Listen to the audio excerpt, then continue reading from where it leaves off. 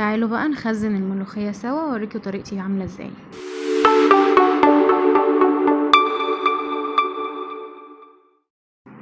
الاول اجيب الملوخية وابدأ ان انا اقرطفها واغسلها كويس جدا. اللي انتوا شايفينها قدامكم دي هتتغسل مرتين ل3 مرات علشان كل الطينة تنزل منها. هنا الاول يعني مليت الحوض وحطيتها في المصفى، وبعد كده لما جيت فضيت الميه لقيتها غير لطيفه خالص، فروحت بقى فضيت الحوض وغسلته وحطيتها تاني بقى ومليت بقى عليها ميه وسبتها بقى شويه عشان يعني اطمن بقى ان مفيش اي طينه فيها خالص. المهم في الحاجه انها تتغسل كويس جدا.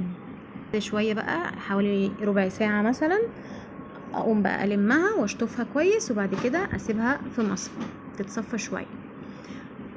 عندي طريقتين، اول طريقه ان انا بضربها في الخلاط، تاني طريقه ان انا بشيلها ورق زي ما هي كده، بحطها في كيس كده ورق زي ما هي واشيلها في الفريزر، ولما اجي اطبخها بطلع الكيس ببدا اكسر منه، بيبقى سهل جدا سهل جدا في التكسير على فكره. وبرده بحطها في الخلاط وبضربها.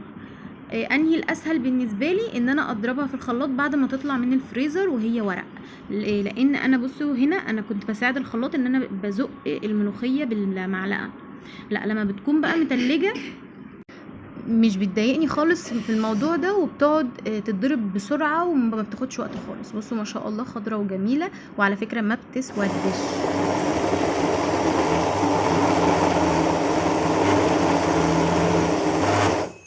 وبعد بقى ما بضربها شايفين الهوا بيطلع بعد ما بقى في الخلاط قد ايه، ده معناه انها تقيله.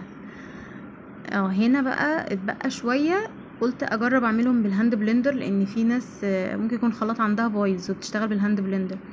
هي نفعت معايا، ما كانتش صعبه، بس زودت لها كميه ميه اكتر من اللي كانت هتضرب في الخلاط. يعني اللي اتعملت بالهاند بلندر كانت خفيفه شويه عن اللي في الخلاط. اللي في الخلاط كانت تقيله. ابدا بقى ان انا احطهم في اكياس على حسب الوجبه واشيلهم في الفريزر. لما هطلعها هوريكم بقى انا هبقى اعملها ازاي. ممكن نحطها في شوربه، وممكن ان احنا نحط مرقه دجاج ونشتغل بيها على طول زي ما تحبي اللي انت عايزاه.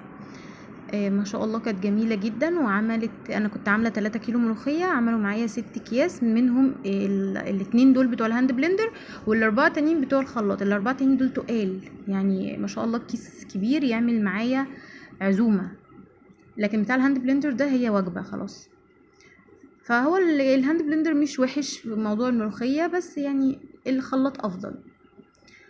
ويلا كل سنه وانتم طيبين بقى. ما تنسينيش بقى في الاعجاب والمتابعه على الفيسبوك، وما تنسينيش في السبسكرايب لو انت على اليوتيوب.